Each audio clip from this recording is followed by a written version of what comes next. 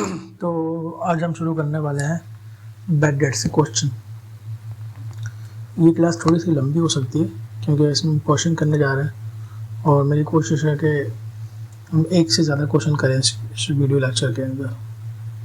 तो सबसे पहले हम शुरू करते हैं 25.1। ये क्वेश्चन मैंने कहाँ से लिया? ये क्वेश्चन मैंने लिया फ्रैंकफर्ट से। तो let start with 25.1। In a new business during the year ended. देखें, ईयर एंड जब भी लिखा हुआ हो काउंटिंग के अंदर आपने इसको अंडरलाइन कर लेना है, ये बहुत इंपॉर्टेंट होता है। 31 December 2017, the following debts are found to be bad and they are written off। अच्छा, हमारे पास 3 बैड डेट्स हुई, यानी 3 लोग हमें पैसे नहीं देंगे। टी स्मिथ 700 नहीं देगा, जी लैम हमें 1100 नहीं देगा और मिस्टर जी हमें 600 नहीं देंगे। ऑन 31 December, अब मैं ये पढ़ रहा हूँ, 2017, द शेड्यूल ऑफ रिमेनिंग, ये बहुत इंपॉर्टेंट वर्ड है, रिमेनिंग अकाउंट रिसीवेबल्स, यानी कि ये जो लोग हैं, कि 3 लोग जो हैं, ये इस 25,000 की फिगर के अंदर शामिल नहीं है। ये रिमेनिंग है, यानी कि ये ऐसे डेटर्स हैं 25,000 जिसमें सिर्फ वही लोग हैं जिन्होंने एक्चुअल बैड डेट्स नहीं करी, यानी टी स्मिथ, जी लैम और जी पर्सी। ये 3 डेटर्स जो हैं, ये 3 अकाउंट रिसीवेबल जो हैं, ये इस 25,000 के अंदर शामिल नहीं है, तभी तो वर्ड यूज हुआ रिमेनिंग। तो ये याद रखिएगा। इस examine and it is decided to make an allowance of $250। तो हमें अलाउंस, यानी कि अलाउंस हम यहाँ पे कहते हैं प्रोविजन को, याद रखिएगा। इस बुक के अंदर वर्ड यूज हुआ अलाउंस, हमें कौन सा वर्ड यूज़ करना है? दोनों का मतलब एक ही है, हमें यूज़ करना है प्रोविजन। जैसे कि मैंने पिछली वीडियो के अंदर भी वर्ड प्रोविजन यूज़ किया। तो सबसे पहले हमें पूछ रहा है ए पार्ट में कि बैड डेट्स का अकाउंट बना दे, फिर कह रहा है प्रोविजन फॉर डाउटफुल डेट का अकाउंट बना दे। ये अलाउंस नहीं पढ़ना हमें, इसको हमें पढ़ना है प्रोविजन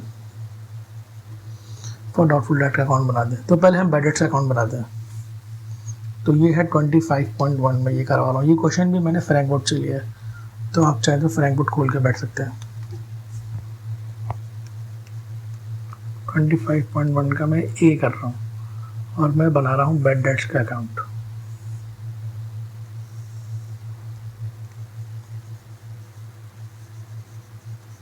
बैड डेट्स, तो बैड डेट हमारे पास 3 है, अगर हम गौर से देखें तो। कौन कौन से नाम है?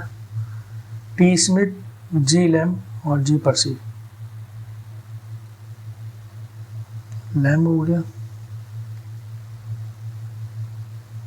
जी पर्सी हो गया, और तीसरा जो नाम है हमारे पास जी लैम्प, सॉरी जी लैम्प तो हो गया, स्मिथ है हमारे पास, ये हो गया आपका स्मिथ।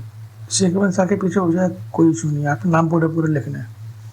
स्मिथ हमारे कितने पैसे लेके भाग चुका है? $700। और लैम्प कितने लेके भागा है? $1100।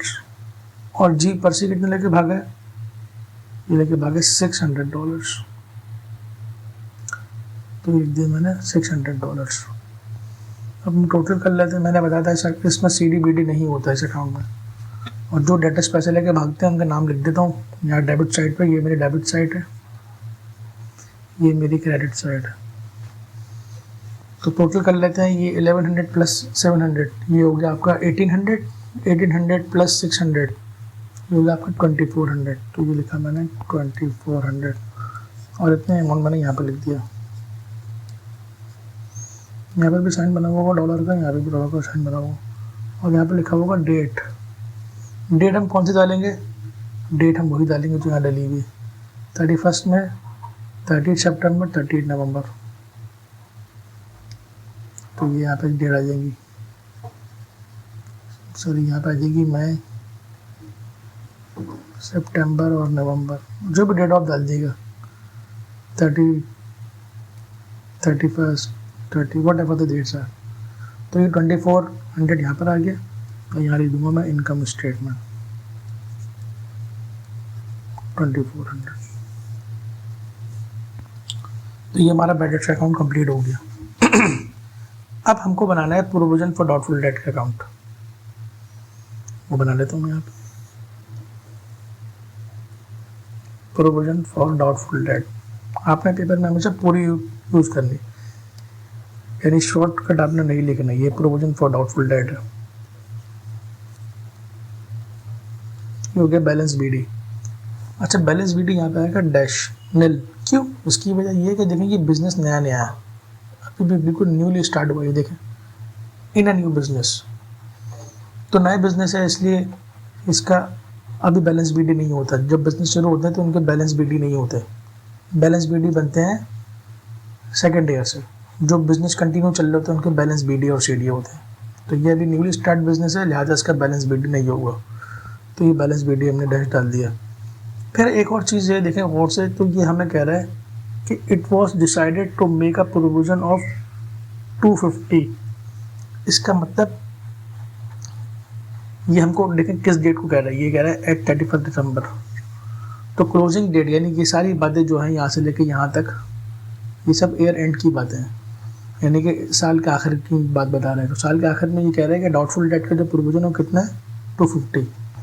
तो इसका मतलब ये है कि इसने हमको सीडी खुद ही कैलकुलेट करके दे दिया है। देखिए, पिछली क्लास में मैंने आपको बताया था कि बैलेंस सीडी निकालने का फॉर्मूला होता है, ये रहा फॉर्मूला। इसमें हम डेटर्स में से बेड डेट्स माइनस कराते हैं और फिर परसेंटेज से मल्टीप्लाई करा देते हैं, तो हमारा प्रोविजन का जो फिगर आता है वो हम यहाँ पे बैलेंस सीडी की जगह लिख देते हैं। यहाँ पर इसने हमको ये जो सीडी है ना, ये फिगर, ये हमको इसने ये पूरी कैलकुलेशन इसने हमको करके दी हुई है। फार्मूला हमें लगाने की ज़रूरत नहीं है क्योंकि हमको ये फिगर बैलेंस सीडी की डायरेक्टली दी हुई है, जो कि कितनी दी हुई है, ये हमको दी हुई 250। तो डायरेक्टली मैं प्रोविजन के अकाउंट में आऊँगा, यहाँ लिखूँगा बैलेंस सीडी और यहाँ लिखूँगा 250। अब मैं देखूँ तो कमी कहाँ पर आ रही है, तो जाहिर है कमी क्रेडिट साइड पे है, क्योंकि ये देखें डेबिट साइड है जो कि ऑलरेडी हैवी है। यहाँ पे कितनी अमाउंट आ रही है, 250 ऑलरेडी आ रही है। तो उसका मतलब कमी कहाँ पर है, अगर मैं देखें टोटल में कर लेता हूँ, ये आ गया 250, यहाँ पर लिखा ये भी आ गया 250। देखें कमी यहाँ पर है, उसको बोलते हैं इनकम स्टेटमेंट, ये भी आ गया 250। और ये क्या है, ये इंक्रीज इन प्रोविजन है, increase in provision for doubtful date है, और ये मेरा एक्सपेंस है। तो ये हमने अकाउंट बना लिया प्रोविजन फॉर डाउटफुल डेट का, और ये मैंने अकाउंट बना लिया बैड डेट्स का। आप इस वीडियो को बार बार भी देख सकते हैं, रोक के भी देख सकते हैं, ताकि आपको अगर कोई चीज़ को समझने में कन्फ्यूजन है तो आप दोबारा देखेंगे तो आपको और क्लियर हो जाएगी। अब देखते हैं अगली रिक्वायरमेंट क्या है। तो ये कह रहे हैं the charge to the income statement profit and loss account. ये प्रॉफिट एंड लॉस अकाउंट मतलब होता है इनकम स्टेटमेंट। और फिर कह रही है कि ये बनाए स्टेटमेंट ऑफ फाइनेंशियल पोजीशन। तो ये हम बाद में सीखेंगे, क्योंकि अभी हमने इनकम स्टेटमेंट बैलेंस शीट नहीं पढ़ा, तो ये हम बाद में सीखेंगे किस तरीके से हम ये पार्ट करते हैं। अभी हमारा पूरा फोकस बैड डेट्स के अकाउंट पर है और प्रोविजन के अकाउंट के ऊपर है, क्योंकि हम अभी यही अकाउंटिंग सीख रहे हैं खाली। अब हम करते हैं क्वेश्चन नंबर 25.2। 25.2 के अंदर देखें तो लिखा हुआ business had always made an allowance for doubtful date at the rate of 3%। अभी देखें ना, इंपॉर्टेंट चीज़ों को अंडरलाइन कर रहा हूँ, ईयर एंड्स को, डेट्स को, परसेंटेजेस को। तो ये पेपर में आपने पेंसिल अपने हाथ में लेके बैठनी है और जो भी इंपॉर्टेंट चीज़ें हैं उसको आपने पेंसिल से अंडरलाइन करते रहना है, ताकि कोई इंपॉर्टेंट इन्फॉर्मेशन मिस ना हो जाए। अब business had always made an allowance for doubtful date at the rate 3% of account receivable, यानी कि ये बता रहा है कि ये percentage provision for doubtful date की कितनी है, 3% है। ये बिजनेस जो है 3% पे बनाता है, इसको हम ये लिखेंगे provision. On 1 January 2015 for this amount the balance brought forward, यानी कि ये इसने हमको क्या दिया हुआ है, बैलेंस बीडी दिया हुआ है। ये किसका दिया हुआ है, प्रोविजन फॉर डाउटफुल डेट का, जो कि कितना था, 400। फिर कह रहा है ड्यूरिंग द ईयर 31 दिसंबर, यानी जो हमारा ईयर है बिजनेस का, जिसकी हम अभी अकाउंटिंग कर रहे हैं, वो ये वाला ईयर है 31 दिसंबर 2015। उसमें हमारे बजट्स कितनी हुई हैं, 1200। ये बात बहुत इंपॉर्टेंट है, ड्यूरिंग द ईयर। अभी बताऊंगा आपको ड्यूरिंग द ईयर बात कितनी इंपॉर्टेंट है। अगर यहाँ पे लिखा हुआ था at the end of the year, at the end लिखा हुआ होता है तो इसका मतलब बदल जाता है। बताऊंगा मैं आपको कैसे। फिर कहता है ऑन 31 दिसंबर 2011। अच्छा ये मेरे ख्याल से मिसप्रिंट हो गया ना, ये 15 है। On 31 December 2015 the account receivables were 28,000 and usual allowance for doubtful debt is made. Usual का मतलब ये है कि 3%, क्योंकि ये बिजनेस कितना बनाता है, ये बिजनेस जो है 3% बनाता है प्रोविजन। देखें ये लिखा हुआ है 3%, तो यूजुअल यानी कि इस साल भी 3% का डॉटफुल डेट का परसेंटेज इसने अज्यूम किया हुआ है। कह रहा है you are required to show bad debts account बनाए, कौन से ईयर का, 31 दिसंबर का, और प्रोविजन का अकाउंट बना है, ये प्रोविजन है, डॉटफुल डेट का अकाउंट बना है फॉर द ईयर 31 दिसंबर। तो पहले हम बैड डेट्स अकाउंट बनाते हैं 25.2 का, और हमें नज़र आ रहा है कि बैड डेट यहाँ पे खाली एक ही है 1200 की, और नाम नहीं दिया हुआ मुझे कस्टमर का। मुख्तलिफ है, ये मुमकिन है कि अलग अलग कस्टमर हो जिनका टोटल 1200 बन रहा हो, ये पॉसिबल है। जब मुमकिन है कि ये एक ही कस्टमर हो, लेकिन ये कह रहे हैं बैड डेट्स, यानी कि बहुत सारे mister A, mister B, mister C सबके मिला के इसने में दे दिए फिगर 1200। यानी वैसे हम करते हैं 25.2, ये मैंने करा 25.2, ये लिखा मैंने बैड डेट्स।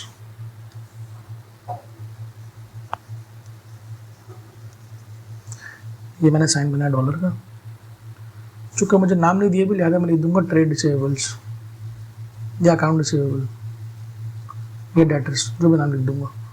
वो है आपके कितने बैड डेट्स कितने हैं आपके टोटल, ये देखेंगे यहाँ पे लिखे हुए 1200, तो 1200 मैं यहाँ पे लिख दूंगा 1200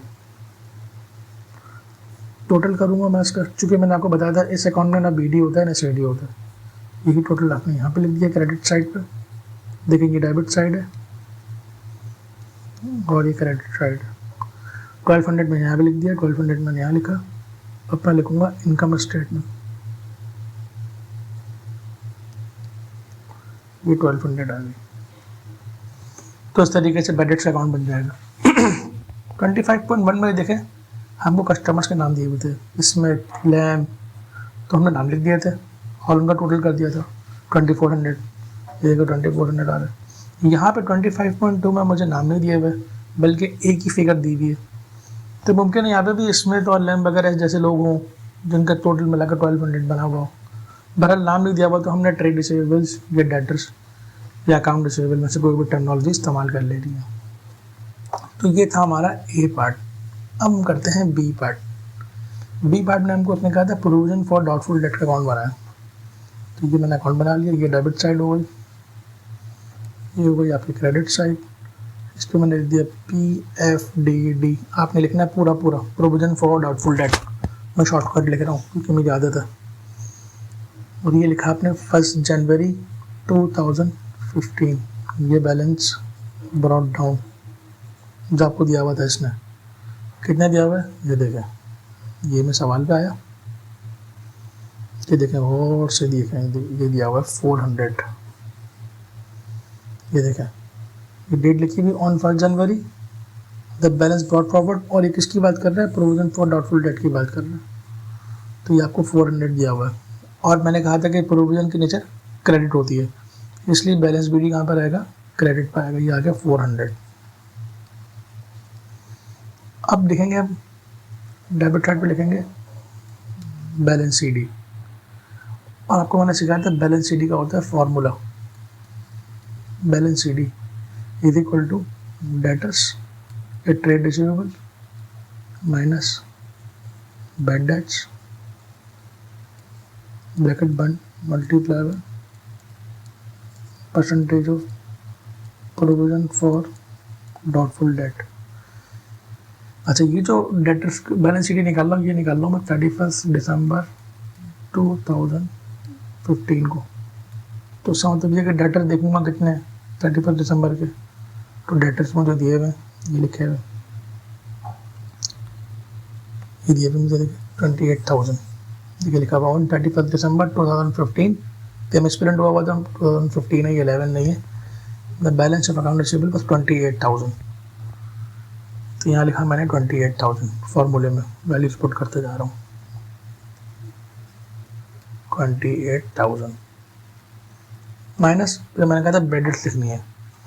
तो याद रखिए कि ये बेड डेट्स कौन सी वाली है, ये ड्यूरिंग द ईयर वाली नहीं है, ये है at the end of year, at the end of.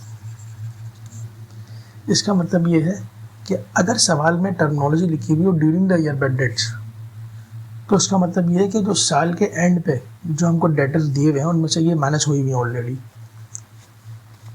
तो उसका मतलब ये जो बेड डेट्स है ना, जो मैं माइनस करवानी है, ये वो बेड डेट्स हैं जो कि साल के एंड में होंगी, जिसमें वर्ड लिखा हुआ at the end of the year. देखिए आपको मैंने क्वेश्चन में बोला भी था कि ये बहुत इंपॉर्टेंट चीज़ है। ये देखें आप, ये देखें, ये ड्यूरिंग द ईयर, देखें ये लिखा हुआ during the year, during the year the bad debts, यानी कि ये जो 1200 है ना, ये इस 28,000 में से ऑलरेडी माइनस हुई हुई है, क्योंकि ये जो डेटर्स हैं 28,000 ये साल के एंड के, एट द एंड के, ये देखें लिखा हुआ ऑन 31 दिसंबर, ये देखें। तो उसका मतलब ये हुआ कि मुझे माइनस कराने की ज़रूरत नहीं है। अगर यहाँ पे लिखा होता ना at the end of the year, तब मैं ये 1200 ऐसे देखिए माइनस कराता, 28,000 माइनस 1200 ये करवाता मैं, और फिर लगाता मैं 3%, क्योंकि ये सवाल में 3% दिया हुआ मुझे। लेकिन यहाँ पे इस केस में मैं माइनस कराऊंगा 0, क्योंकि ये ड्यूरिंग द ईयर है, ये माइनस ऑलरेडी हुआ है। ये बहुत इंपॉर्टेंट बात है, ये समझने की ज़रूरत है, बहुत सारे बच्चे गलती कर देते हैं इसके अंदर। तो 28,000 माइनस 0 मल्टीप्लाई बाय 3%,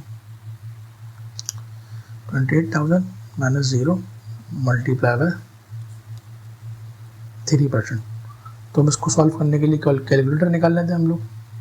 मैंने कैलकुलेटर खोल लिया, तो अब मैं निकालने वाला हूँ 28,000 का 3%, 28,000 मल्टीप्लाई बाय 3%। तो ये कितना आ गया मेरा, ये आ गया मेरा 840,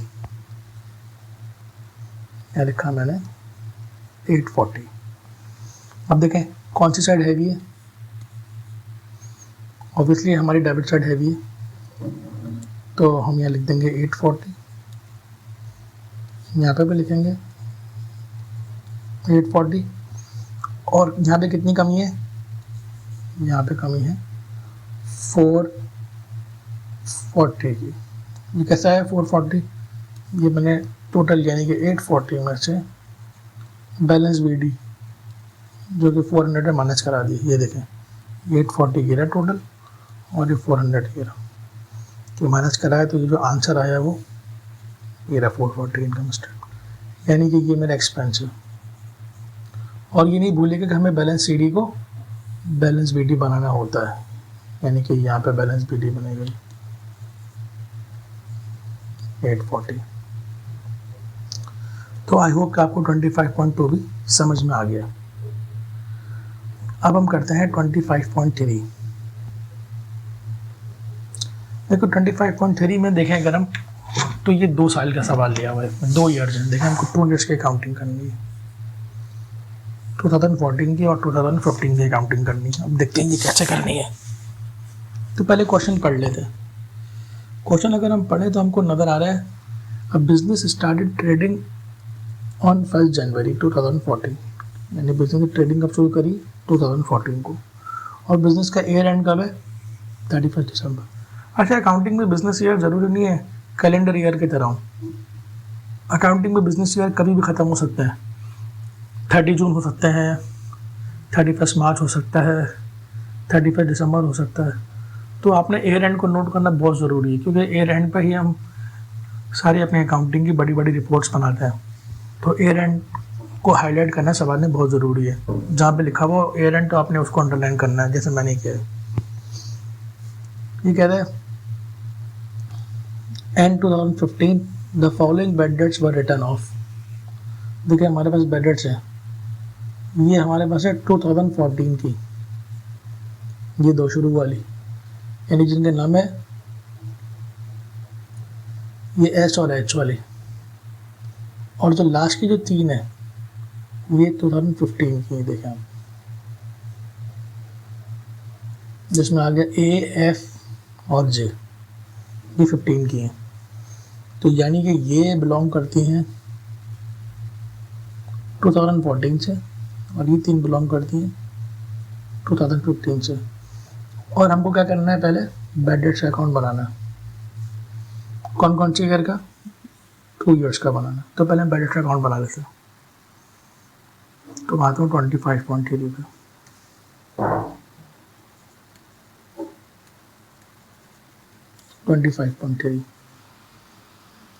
पहले मैंने बनाया बैड डेट्स अकाउंट।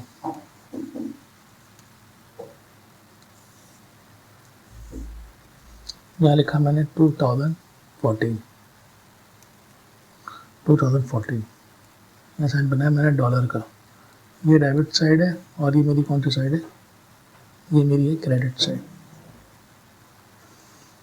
अब मैं देखता हूँ कि 14 में कौन कौन से लोग थे जिन्होंने बैड डेट्स करी थी। 14 में मेरे पास 2 लोग हैं, एक है एस और एक है एच। एस और एच। एस आपने पूरा नाम निकला है। एस ने कितने करी है? 500 की करी है और इसने कितनी करी? 400 की करी है। अब मैंने टोटल कर लिया इनको, ये हो गया 900। यही टोटल मैंने यहाँ लिख दिया, ये हो गया 900 और यहाँ पे इनकम स्टेटमेंट आ गया 900। तो उस तरीके से 2014 का बैड डेट्स अकाउंट बन गया। अब आप चाहे तो यही नीचे ही 2015 का अकाउंट भी बना लें, या आप चाहे तो अलग से यहाँ बना लें ऐसे करके। ये बोल लिखें बैड डेट्स, जैसे पेपर में स्पेस हो जैसा दिया हुआ वैसे कर लेंगे। यहाँ पे लिख लें आप, बात वही है, एक ही बात है। ऐसे बना लें या ऐसे बना लें, तो मैं यहीं नीचे ही बना लेता हूँ। तो 2015 में मेरे पास 3 लोगों ने बैड डेट्स करी और वो किन किन लोगों ने करी है? ए एफ और जे ने। ए एफ और जे 3 लोगों ने करी। तो मैंने इन तीनों का नाम लिख देना। अच्छा, यहाँ पे डेट्स भी आती रहेंगी, ये बात याद रखिएगा। जो डेट वहाँ पे लिखी हुई है ना, वो डेट्स यहाँ पे आती जाएंगी। ए एफ और जे, इन 3 लोगों ने बैड डेट्स करी है। कितनी कितनी की करी है ये पढ़ लेते हैं हम दोबारा सवाल में। तो ये है आपकी 200, 900 और ये 100। 200, 900 और 100। अब मैं लिख दूंगा 200, 900 और ये 100। अब मैं टोटल कर लूँगा। अच्छा, ये बात याद रखिएगा कि ये जो मैं टोटल कर रहा हूँ, मैं खाली इन तीनों को कर रहा हूँ। ऊपर वाले टोटल का यहाँ से कोई लेना देना नहीं, इस टोटल का या नीचे से कोई लेना देना नहीं, वो डिस्कनेक्ट हो गया, ख़त्म। 200, 900 और 100, तो कितना हो गया? ये 1000 और ये हो गया 1200। वही टोटल मैंने यहाँ लिखा 1200 और यहाँ पर लिखा मैंने इनकम स्टेटमेंट, ये हो गया 1200 ही आ गया। तो इस तरीके से मैंने बैड डेट्स अकाउंट बना लिया। 2015 का भी बना लिया और 2014 का भी बना लिया। अब हम देखते हैं कि अगली रिक्वायरमेंट जो है हमारी वो क्या है। अगली रिक्वायरमेंट हमारी है प्रोविजन फॉर डाउटफुल डेट का अकाउंट बनाना। ये देखिए लिखा हुआ बैड डेट्स अकाउंट बनाना था एंड ये अलाउंस नहीं है, इसको हम बहुत पढ़ते हैं प्रोविजन फॉर डाउटफुल डेट का अकाउंट बनाना है 2 सालों का। तो हम अकाउंट बना लेते हैं एक प्रोविजन फॉर डाउटफुल डेट का। ये मैंने बनाया टी अकाउंट, इस पर मैंने टाइटल लिख दिया PFDD, ये हो गया डेबिट, ये हो गया क्रेडिट। ये मैंने PFDD का अकाउंट बना लिया। बनाने के बाद मैं यहाँ पे लिखूंगा बैलेंस BD और यहाँ लिख दूंगा ईयर 2014। अब पढ़ते हैं सवाल में डिटेल क्या दी हुई है इसकी। तो सवाल में जब मैं आया तो सवाल में डिटेल मुझे दी हुई है। लिखता है at 31 December 2014 the total account receivables were 104,000. It was decided to make an allowance for 3120. अच्छा, ये बिजनेस देखिए शुरू कब हुआ है? ये बिजनेस शुरू हुआ है 1 जनवरी 2014। तो मैंने कहा था जब बिजनेस नया नया शुरू होता है तो पहले साल के शुरू में कोई बैलेंस ब्रॉट डाउन नहीं होता, लिहाजा बैलेंस ब्रॉट डाउन इस सवाल में प्रोविजन फॉर डाउटफुल डेट का नहीं होगा। अलबत्ता हमको इसने ये CD दिया हुआ है, यानी इस दफ़ा भी हमको कैलकुलेट करने की ज़रूरत नहीं है। जैसे क्वेश्चन नंबर 1 में हमको दिया हुआ था 25.1 में, ऐसे यहाँ पे भी हमको बैलेंस CD निकाल के दिया हुआ है। और ये देखेंगे जो डेट्स है ना, ये ड्यूरिंग द ईयर की डेट्स हैं, मतलब ये जो बैड डेट्स हैं सारी की सारी ये इन डेटर्स में से मैनेज हुई हुई है। क्योंकि मैंने बताया था आपको पिछले क्वेश्चन में कि जब लिखा हुआ हो ना at the end of the year, तब हम बैड डेट्स मैनेज करवाते हैं फॉर्मूले में CD के।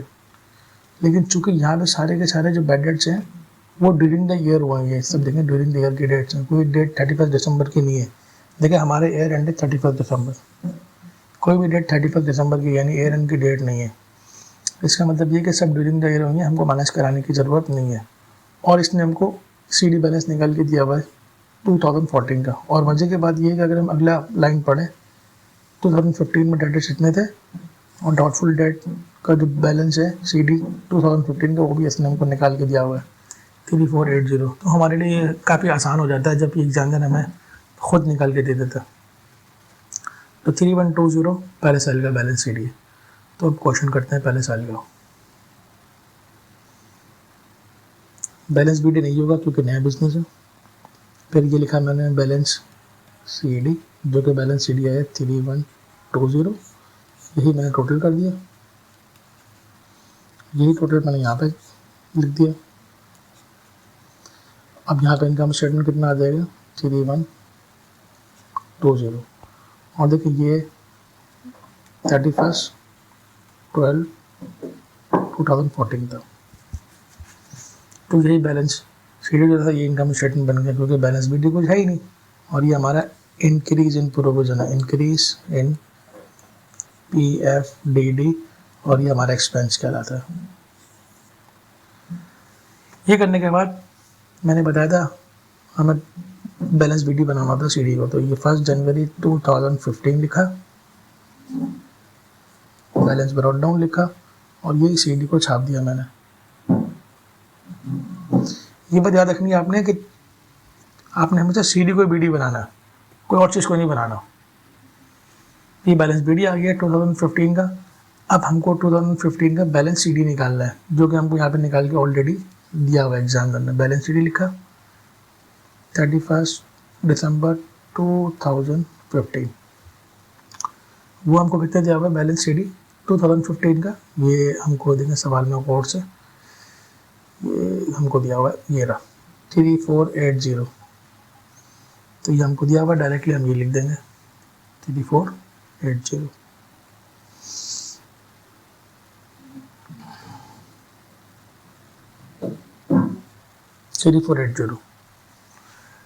अब मैं टोटल करूँगा तो देखें टोटल में मुझे नजर आ रहा है। याद देखिएगा ये जो टोटल है इसका नीचे से कोई लेना देना नहीं है, इस टोटल को नीचे शामिल नहीं करना, ये ख़त्म, स्टोरी ख़त्म।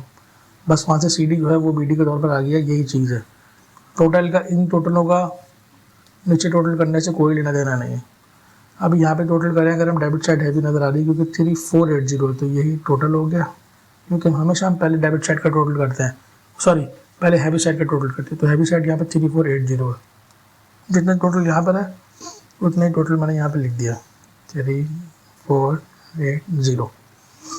अब मैं देखूँ तो इनकम स्टेटमेंट मुझे यहीं पे नज़र आ रहा है कि कितना होगा। इसके लिए हमको क्या करना पड़ेगा, माइनस कराना पड़ेगा। यानी कि अगर हम इसको कर लें कैलकुलेटर में तो 3480 माइनस 3120,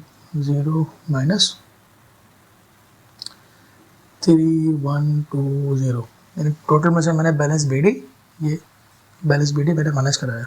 तो क्या आंसर आया, यह है 360। अगेन सेकेंड ईयर के अंदर भी increase in F D D हुआ, इंक्रीज हुआ ये। और ये हमारा क्या है, एक्सपेंस। और इस तरीके से फिर हमने डेट डाली 1 2016 और इस CD को हमने क्या बना दिया, BD, बैलेंस BD। ये आपने बना के छोड़ना है, बेशक आपको सवाल ख़त्म हो गया हो 2015 पे, लेकिन बना के छोड़ना है, क्योंकि CD को BD बनाने का 1 मार्क होता है, ये बात याद रखिएगा। तो आई होप कि आपको ये सवाल समझ में आ जाएगा। आज की क्लास काफ़ी लंबी हो गई, लेकिन एक इसमें हमने क्वेश्चंस कर लिए। इंशाल्लाह अगली क्लास में भी हम क्वेश्चन करेंगे और अगली क्लास में हम देखेंगे एजिंग एनालिसिस। ये भी इसी प्रॉब्लम फॉर डाउटफुल डेट से रिलेट करता है, एजिंग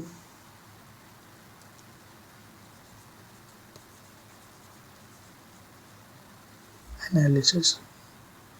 तो ये क्वेश्चन करेंगे इंशाल्लाह, देखेंगे एजिंग एनालिसिस क्या होती है और उसका क्वेश्चन हम कैसे करते हैं। Thank you very much. कोई भी क्वेश्चन हो तो आप कमेंट में नीचे क्वेश्चन पूछ सकते हैं, तो मैं आपको इंशाल्लाह आंसर कर दूंगा। और किसी टॉपिक पे या कोई क्वेश्चन आपको करवाना हो तो नीचे कमेंट में आप लिख दें, तो मैं आपको क्वेश्चन जो है वो करके उसकी वीडियो बना के मैं इंशाल्लाह अपलोड कर दूंगा।